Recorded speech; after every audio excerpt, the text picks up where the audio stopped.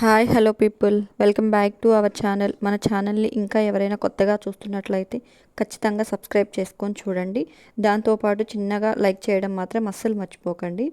ఈరోజు టాపిక్లోకి వెళ్ళిపోదాం. ఇంకా సరే బాబాయ్, విషయం ఏంటో నేను కనుక్కొని చెప్తాను అని అన్నాడు శివ. సరే నాన్న, నీకు చెప్తే కాస్త జాగ్రత్తగా ఉంటావనిపించింది. శక్తి విషయం దగ్గర నుంచి వాళ్ళు మనమంటే మంటగా ఉన్నారు కదా, ఆ మంట తెచ్చి మన కొంపకు ఎక్కడ అంటిస్తారో అని టెన్షన్గా ఉంది. ఎందుకైనా మంచిది, శక్తిని కూడా కొంచెం కనిపెట్టుకుని ఉండు నాన్న అని అన్నాడు ప్రభాకర్. అలాగే బాబాయ్, నేను జాగ్రత్తగా ఉంటాను అని అన్నాడు శివ. ప్రభాకర్ ఫోన్ కట్ చేయగానే శివ అలాగే ఆలోచిస్తూ, దీని కడుపులో నొప్పికి కారణం ఇదా? విరాట్ గాడితో దీనికి ఏంటి మీటింగులు? అందుకే అది ఆ కంగారు. పాపం శివ మొత్తుకుంటూనే ఉంది, ఇదేదో చేస్తుంది అని. రే విరాట్, ఏం చేస్తున్నావురా? నాతో డైరెక్ట్గా తలపడలేక నా ఇంట్లో ఆడవాళ్ళను ఉపయోగించుకుంటున్నావా? ఆడంగి వెదవా అని తిట్టుకుంటున్నాడు శివ మనసులో. పాల గ్లాస్ తీసుకువచ్చి శివాకి ఇస్తూ, ఓయ్ హలో పతిదేవా, ఎక్కడ ఆలోచిస్తున్నావు అని అడిగింది శక్తి. శివ పాల గ్లాస్ తీసుకొని, ఎక్కడా లేదు కానీ సుహానాతో మాట్లాడావా అని అడిగాడు శివ. మాట్లాడాను శివ, కానీ ఆ చుంచు మొహంది ఏం చెప్పలేదు. చాలా తెలివిగా తప్పించుకుంటుంది అని చెప్పింది శక్తి. ఓహో అవునా అన్నాడు శివ. హా అవును అన్నట్లు. ఏమైంది శివ, అలా ఉన్నావు అని అడిగింది శక్తి. ఎలా ఉన్నాను అని అన్నాడు శివ. ఏదో డీప్గా ఆలోచిస్తున్నట్లు మొహం పెట్టావు అని అడిగింది శక్తి. ఆలోచన లేదు పాడు లేదు కానీ రేపు కాలేజీకి వెళ్ళవే, నాకు పొలంలో కొంచెం పని ఉంది, తాతయ్య వాళ్ళ ఇంటికి రేపు వెళ్దాం అని అన్నాడు శివ. శక్తి శివ చేతిలో పాల గ్లాస్ తీసుకొని టేబుల్ మీద పెట్టి మూతికి అంటిన మీగడిని తుడుస్తూ, ఓకే శివ, నువ్వు ఏం చెప్తే అదే అంటూ శివ చుట్టూ చేతులు వేసి గుండెల మీద తలవాల్చి పడుకుంది శక్తి. శక్తి తలలో చెయ్యి వేసి నిమురుతూ, నువ్వు కాలేజీకి వెళ్ళు శివాంగి, వీళ్ళ మ్యాటర్ ఏంటో నేను సెటిల్ చేస్తాను. ఆ విరాట్ గాడిని నిన్ను చూస్తే బుర్రలో పురుగు తొలుస్తున్నట్లు ఉంది. వాడు నిన్ను అలా చూస్తుంటే నాకు వాడి గుడ్లు పీకేయాలి అన్నంత కోపం వస్తుంది. అప్పుడు నా బ్రెయిన్ కూడా పనిచేయడం లేదు, ఆగిపోతుంది. సో నువ్వు అక్కడ లేకపోతేనే వాడిని నేను ఈజీగా హ్యాండిల్ చేయగలను అని అనుకుంటూ నిద్రపోయిన శక్తిని చూసి, అల్లరి శివాంగి ఈ శివతో చేరి షార్పు అయిపోయింది అని నవ్వుతూ ప్రేమగా తల మీద ముద్దు పెట్టుకుని గట్టిగా కౌగిలించుకొని పడుకున్నాడు. పొద్దున్నే లేచి సుహానా వైపు చూసి ఏమీ తెలియనట్లు టిఫిన్ చేశాడు శివ. శివ, నీకు ఏమన్నా కావాలా అని అడిగింది పాలు ఆరబెడుతూ. నాకేం వద్దు, నువ్వు టిఫిన్ చేయి, కాలేజీలో డ్రాప్ చేసి వస్తాను అన్నాడు శివ. టిఫిన్ చేస్తున్న శకుంతల తల పైకెత్తి, ఇంక నువ్వెందుకు కన్నా, సుహాన తీసుకువెళ్తుందిలే అని అంది శివ వైపు చూసి. ఆ మాట వినగానే సుహానకి తింటున్న దోశ గొంతుకు అడ్డం పడింది. వెంటనే గ్లాసుడు మంచినీళ్ళు గటాగటా తాగేసి, అమ్మమ్మ, నేను మా మమ్మీని తీసుకొని హాస్పిటల్కి వెళ్ళాలి. శక్తిని బావ తీసుకువెళ్తాలే అని నెమ్మదిగా అంది. హాస్పిటల్కా? ఎందుకు అని అడిగింది శకుంతల సూటిగా సుహాన వైపు చూసి. నిన్న కడుపులో నొప్పి వచ్చిందిగా అమ్మమ్మ, ఎందుకైనా మంచిది ఒకసారి చెక్ చేయించుకుందామని అని అంది సుహాన. నిన్న కడుపులో నొప్పి వస్తే ఇవాళ చెకప్లు ఎందుకు? ఈరోజు బాగానే ఉన్నావుగా, రాత్రి బాగానే తిన్నావు, ఇప్పుడు బాగానే మింగుతున్నావు, ఇంకేం రోగం? ఈసారి వస్తే అప్పుడు చూసుకోవచ్చులే. మాటిమాటికి హాస్పిటల్ దర్శనం చేసుకోవటం అంత మంచిది కాదు. శక్తిని తీసుకువెళ్ళు, కన్నాకి పొలంలో పని ఉంది అని పైకి లేస్తూ, సునంద, నాకు కన్నాకి పెద్దబాబుకి రంగయ్యతో క్యారేజ్ పంపించు అని చెప్పి, కన్నా వెళ్దామా అని అడిగింది శకుంతల. హా నాని, 2 నిమిషాలు అంటూ శివ పాల గ్లాస్ తీసుకొని గడగడ పాలు తాగేసి ఇచ్చి, బాయ్ శివాంగి అంటూ శక్తి బుగ్గలాగి, సైడ్కి కూర్చోకు, 2 సైడ్స్ కూర్చో. కాలేజీకి వెళ్ళిన తర్వాత దీని మీద డిటెక్షన్ చేయకుండా నీ క్లాస్లోనే ఉండు, కాస్త జాగ్రత్తగా ఉండు అని చెప్పాడు శివ. శివ చెప్పినవన్నీ జాగ్రత్తగా వింటూ, ఓకే శివ, నువ్వేం చెప్తే అదే ఫైనల్ అని అంది శకుంతల శక్తి తల బొమ్మలాగా తిప్పుతూ. శక్తిని అలా చూడగానే శివకి చాలా ముద్దుగా అనిపించింది. హాల్లో ఉండటంతో నవ్వి, బాయ్ రాక్షసి, నాని తీసుకొని పొలం వెళ్ళిపోయాడు శివ. శక్తి సుహానా వైపు చూసి, మొక్కడమైతే మనం కూడా వెళ్దాం అని అంది వెటకారంగా. చా, మమ్మీని తీసుకువెళ్దాం అనుకుంటే ఇదేంటి అమ్మమ్మ నాకు దీన్ని తగిలించింది అని లోపలే కుతలా ఉడికిపోతుంది సుహాన. ఇంకా శక్తి వదలదు అని అర్థమై తన గదిలోకి వెళ్తూ లోపలికి రమ్మని రేవతికి సైగ చేసింది. కూతురు సైగలు గమనించి రేవతి కూడా సుహాన వెనకే గదిలోకి వెళ్ళిపోయింది. మమ్మీ, నేను దీన్ని తీసుకుని కాలేజీకి వెళ్ళి వెంటనే తిరిగి వచ్చేస్తాను. నువ్వు ఎలాగోలా రోడ్డు మీదకి వచ్చేయి అని చెప్పింది సుహాన. సరే నువ్వు నిదానంగా వెళ్ళిరా అని చెప్పింది రేవతి. సుహాన బయటకు వచ్చి శక్తి వైపు చూసి వెళ్దామా అని అడిగింది. నేనెప్పుడో రెడీ, నీ మీటింగ్లు అయితే లేట్, అయితే వెళ్దామంటూ బ్యాగ్ తీసుకొని బయటకు వచ్చింది. సుహాన శక్తి కాలేజీకి వెళ్ళారు. సుహాన శక్తి కళ్ళు కప్పి కాలేజీ నుండి బయటకు వచ్చేసింది. ఇంట్లో ఏదో ఒక వంక చెప్పి రోడ్డు మీదకి చేరుకుంది రేవతి. సుహాన కాలేజ్ నుంచి తిరిగి వచ్చి రేవతిని ఎక్కించుకొని రోజు విరాట్ని కలిసే ప్లేస్కి తీసుకువెళ్ళింది. శివ పొలం వెళ్ళిన తర్వాత శక్తికి కాల్ చేసి కాలేజీకి వెళ్ళిన టైం కనుక్కొని సుహాన తిరిగి రావడానికి పట్టే టైం క్యాలిక్యులేట్ చేసుకొని ప్రభాకర్ చెప్పిన ప్లేస్కి వెళ్ళడానికి పట్టే టైంని సెట్ చేసుకున్నాడు. సుహాన రేవతిని తీసుకుని వెళ్ళేసరికి విరాట్ అక్కడికి చేరుకున్నాడు. లేట్గా వచ్చిన సుహానాని చూసి ఏంటి ఇంత లేట్ అని అడిగాడు. ఇంట్లో వాళ్ళ కళ్ళు కప్పి ఆ శక్తిని నుంచి తప్పించుకొని వచ్చేసరికి ఇంత టైం అయింది అని చెప్పింది. మా మమ్మీ అంటూ రేవతిని పరిచయం చేసింది సుహాన. నక్క వినయాలు బాగా తెలిసిన విరాట్ రేవతికి వినయంగా నమస్కారం చేశాడు. రేవతి కూడా విరాట్ని చూసి చిన్నగా నవ్వి అబ్బాయి అందంగానే ఉన్నాడు అని అనుకుంటుంది మనసులో. సుహాన విరాట్ వైపు చూసి మాట్లాడమన్నట్లుగా సైగ చేసింది.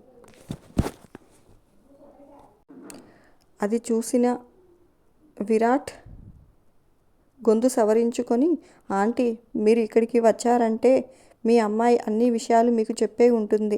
నాకు ఈ డొంక తిరుగుడుగా మాట్లాడడం రాదు. గత కొద్ది నెలలుగా మన ఫ్యామిలీల మధ్య ఏం జరుగుతుందో మీకు తెలియకుండా ఉండదు కదా. నాకు మా ఫ్యామిలీలో అందరికీ ఆ శక్తి అంటే చాలా కోపం. తనకి సపోర్ట్ చేస్తున్నారని మీ వాళ్ళ మీద కూడా కోపం ఉన్నమాట నిజమే, కానీ దానికి సుహానాకి ఏం సంబంధం లేదని మాకు తెలుసు. అందుకే తన మీద మాకేం కోపం లేదు. అందుకే సుహానాని పెళ్లి చేసుకుందామని అనుకుంటున్నాను. అది కూడా పెద్దవాళ్ళందరి సమక్షంలో చేసుకోవాలని అనుకుంటున్నాము. చాటుమాటుగా చేసుకోవటం నాకు ఇష్టం లేదు. అందుకే మీకు ఇష్టమైతే మా అమ్మ నాన్నలతో వచ్చి పద్ధతిగా పిల్లని అడుగుదామని అనుకుంటున్నాను అని చెప్పాడు. అది విన్న రేవతి, మీరంటేనే మా ఇంట్లో వాళ్ళు మండిపడిపోతున్నారు. ఈ సమయంలో వాళ్ళు మీ పెళ్ళికి ఒప్పుకుంటారని నాకు నమ్మకం లేదు అని అంది. అలా అనకండి ఆంటీ, మేం మీ మీదే నమ్మకం పెట్టుకున్నాము. ఎలాగైనా మీరు అందరినీ కన్విన్స్ చేసి మా పెళ్ళి జరిగేలా చేయండి అని అన్నాడు విరాట్. రేవతి భయపడుతుందని అర్థమైన విరాట్ మధ్యలో వాళ్ళ ఆస్తుల వివరాలు చెప్పి రేవతికి ఆశ చూపిస్తున్నాడు. నానికి మస్కా కొట్టి రోడ్డు మీదికి వచ్చి బైక్ స్టార్ట్ చేసి వెళ్తూ, బాబాయ్ చెప్పిన ప్లేస్లో వెహికల్స్ లేకపోవడంతో ఈ మినిస్టర్ గాడి పొలాలు ఇక్కడే కదా, ఇక్కడే ఎక్కడైనా ఉండి ఉంటారా అని రోడ్డు దిగి పొలాల్లోకి వెళ్ళాడు శివ. కొంచెం దూరం వెళ్ళగానే విరాట్ కార్ కనిపించింది. కొంచెం ముందుకు వెళ్ళగానే సుహాన స్కూటీ కూడా కనిపించేసరికి శివ మొహంలో రంగులు మారిపోయాయి. మెల్లిగా నడుచుకుంటూ ముందుకు వెళ్ళాడు. సుహాన విరాట్లతో పాటు రేవతి కూడా ఉండడం చూసిన శివ ఏమీ ఆశ్చర్యపోలేదు. ప్రభాకర్ ఫోన్ చేసి చెప్పగానే సుహాన కడుపులో నొప్పి డ్రామా అంతా అత్త ప్రయాణం ఆపటానికే అని రాత్రే అర్థం చేసుకున్నాడు శివ. ఇంత తొందరగా అంటే కష్టం బాబు. మా అమ్మ మీరు మిల్లు విషయంలో చేసిన గొడవని, ఇంకా మీ తమ్ముడు శక్తి మీదకి రావటాన్ని అస్సలు క్షమించలేదు అని అంటూ, ఇంతకీ నువ్వు సుహానాని పెళ్లి చేసుకోవాలని అనుకుంటున్నట్లు విషయం మీ నాన్నగారికి తెలుసా అని అడిగింది రేవతి. ఆ మాటలు వినగానే శివకి తలలో డైమండ్లు పేలినట్లు అయ్యాయి. తెలుసా ఆంటీ, ముందు శక్తి మీద కోపంతో ఒప్పుకోలేదు, కానీ తర్వాత నా ఇష్టం కాదనలేక సరే అన్నారు అని అన్నాడు విరాట్. ఆ మాట విన్న రేవతి లోపల సంతోషపడింది. శివాకి ఏం జరుగుతుందో అర్థం కావటానికి టైం పట్టింది. విరాట్ ప్లాన్ ఏంటో అర్థమై భరించరాని కోపం వచ్చింది. గట్టిగా చప్పట్లు కొడుతూ, నువ్వురా మగాడివి అంటే, వా నిజంగా ఈరోజు నీ రాజనీతికి నేను ఫిదా అయిపోయాన్రా అని అంటూ ఆశ్చర్యంగా చూస్తున్న విరాట్ వైపు చూసి, నేను చెప్పింది నిజంరా, నేను ఇంత పొగుడుతుంటే నువ్వేంటి అలా కరెంటు కొట్టిన షాక్ లాగా కాకిలాగా బిగుసుకుపోయావేంటి అని అంటూ రేవతి సుహానాల వైపు సీరియస్గా చూశాడు. ఇద్దరూ శివాని అక్కడ చూసి నోరెళ్ళబెట్టి గుడ్లు తేలేశారు. మీతో ఇంటికి వెళ్ళిన తర్వాత మాట్లాడుతాను, ముందు వీడితో మాట్లాడని అంటూ నువ్వు ఇక్కడ దాకా వచ్చావంటే అది నీ గొప్పతనం అనుకోకు, మా వాళ్ళ తెలివి తక్కువతనం అని తెలుసుకో. ఎంత ధైర్యం ఉంటే ఇంత జరిగాక మాతో సంబంధం కలుపుకోవటానికి ప్లాన్ చేస్తావురా? నువ్వు ఆడించినట్లట్లా ఆడడానికి మేమిక్కడ చేతులకి గాజులు తొడుక్కోమని కూర్చున్నామనుకుంటున్నావా? ప్రాణాలు తీసేస్తాను అని అన్నాడు శివ కోపంగా. అంత తప్పు మేమేం చేశాం శివ? యాసిడ్ పోసింది మీ ఆవిడ, దానికి బలయింది మా తమ్ముడు. మీ వల్ల మాకు ఇంత కష్టం కలిగినా అన్నీ మర్చిపోయి మీతో సంబంధం కలుపుకోవటం తప్ప అని అన్నాడు విరాట్. తప్పన్నారా? నీ తమ్ముడు ఏం చేస్తే మా ఆవిడ యాసిడ్ పోసిందో సిటీ మొత్తానికి తెలుసురా. ఇప్పుడు నువ్వు ఈ పెళ్లి డ్రామా ఎందుకు ఆడుతున్నావో తెలుసుకోలేనంత అమాయకుణ్ణి కాదు. ఇంకోసారి ఇలాంటి చెత్త ప్లాన్లు వేసి ఉన్న చోటే గొయ్య తీసి పాతేస్తాను అని అన్నాడు శివ కోపంగా. నువ్వేం చేసినా నేను సుహానాని చేసుకోవటం ఖాయం అని శివాని రెచ్చగొట్టాడు విరాట్. మాట పెరిగి విరాట్ని లాగి ఒక్కటి పీకి జుట్టు పట్టుకొని అక్కడ ఉన్న వేప చెట్టుకి వేసి తలని గట్టిగా కొట్టాడు శివ. విరాట్ తల పగిలి రక్తం కారడం మొదలయ్యింది. అక్కడ పనిచేసే పని వాళ్ళు పరిగెత్తుకు వచ్చి శివ చేతిలో ఉన్న విరాట్ జుట్టుని వదిలించబోయారు. బావా, విరాట్ని వదులు అని కోపంగా అరుస్తున్న సుహాన వైపు చూసి నోర్ముయ్ అని గట్టిగా అరిచాడు శివ కల్లెర చేసి. ఆ అరుపులకి 10 అడుగులు వెనక్కు వెళ్ళింది సుహాన. అంతమంది పడి వెదిలిస్తున్న అలిమి కాకుండా విరాట్ని దొరికిన చోటల్లా పిచ్చి కొట్టుడు కొడుతున్నాడు శివ. ఆ గొడవలో 2 షర్ట్లు చినిగిపోయాయి. వదిలించడానికి వచ్చిన వాళ్ళని కూడా శివ 2 పీకి పక్కకు పంపించాడు. వాళ్ళల్లో కొందరు శివాని గుర్తుపట్టి రామకృష్ణకి ఫోన్ చేశారు. పొలం పనుల్లో బిజీగా ఉన్న రామకృష్ణకి ఫోన్ తీసుకొని ఇచ్చాడు రంగయ్య. రామకృష్ణ ఫోన్ లిఫ్ట్ చేసి హలో అన్నాడు. హలో రామకృష్ణ బాబుగారా అండి అని అడిగాడు అవతలి వ్యక్తి. హా అన్నాడు రామకృష్ణ. పెద్ద బాబుగారు, మీ అబ్బాయి ఇక్కడ మంత్రి గారి అబ్బాయితో గొడవ పడుతున్నారండి. విషయం చాలా సీరియస్గా ఉంది. కొట్లాటకు కూడా దిగారండి. మంత్రి గారి అబ్బాయి తల కూడా పగిలిపోయింది. మేము ఆపుతుంటే మాకు కూడా అలిమి కావడం లేదండి. మీరు వెంటనే ఇక్కడికి రండి, లేదంటే ప్రాణాలు పోయేటట్లు ఉన్నాయి అని చెప్పి ఫోన్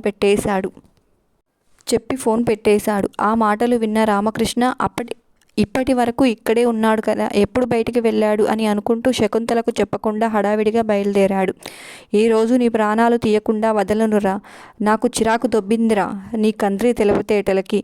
ఇంతకు ముందు నీ ప్లాన్లు మా ఆస్తుల మీద ఉండేవి. తర్వాత నీ తమ్ముడికి నీకు దురద ఎక్కువై నా పెళ్ళాం జోలికి వెళ్ళారు. అది మీ తమ్ముడి దూల తీర్చేసింది. ఇప్పుడు నా వంతు వచ్చింది. నీ తమ్ముడిలాగే నిన్ను కూడా ఇంట్లో పడిండేలాగా చేయకపోతే మా ఫ్యామిలీ మ్యాటర్స్లో వేలు పెట్టి ఇలాగే గెలుకుతూ ఉంటారు అని అంటూ విరాట్ని ఇష్టం వచ్చినట్లు కొట్టాడు శివ. మేనల్లుడి విశ్వరూపం చూసిన రేవతికి 104 ఫీవర్ వచ్చేసింది. భయంతో వణికిపోతుంది. ఇంకో 2 పడితే విరాట్ చచ్చిపోయేవాడే. వాడికి భూమి మీద ఇంకా నూకలు ఉండడంతో రామకృష్ణ వచ్చి శివాని పక్కకు లాగాడు. వదలండి డాడీ, వీడు బ్రతికుండడానికి వీల్లేదు అని అంటూ గింజుకుంటున్నాడు కొడుకును చూసి శివ అంటూ చెంప మీద 2 కొట్టాడు రామకృష్ణ. అంతేనండి ఈ వీడియో. నచ్చిందా? నచ్చితే ఎలా ఉందో కంపల్సరీగా చెప్పడం మాత్రం అస్సలు మర్చిపోకండి. దాంతోపాటు చిన్న లైక్ చేయడం మాత్రం అస్సలు మర్చిపోకండి. మరొక మంచి టాపిక్తో మీ అందరి ముందుకు మళ్ళీ వస్తాను. అంతవరకు ఉంటాను. Bye bye.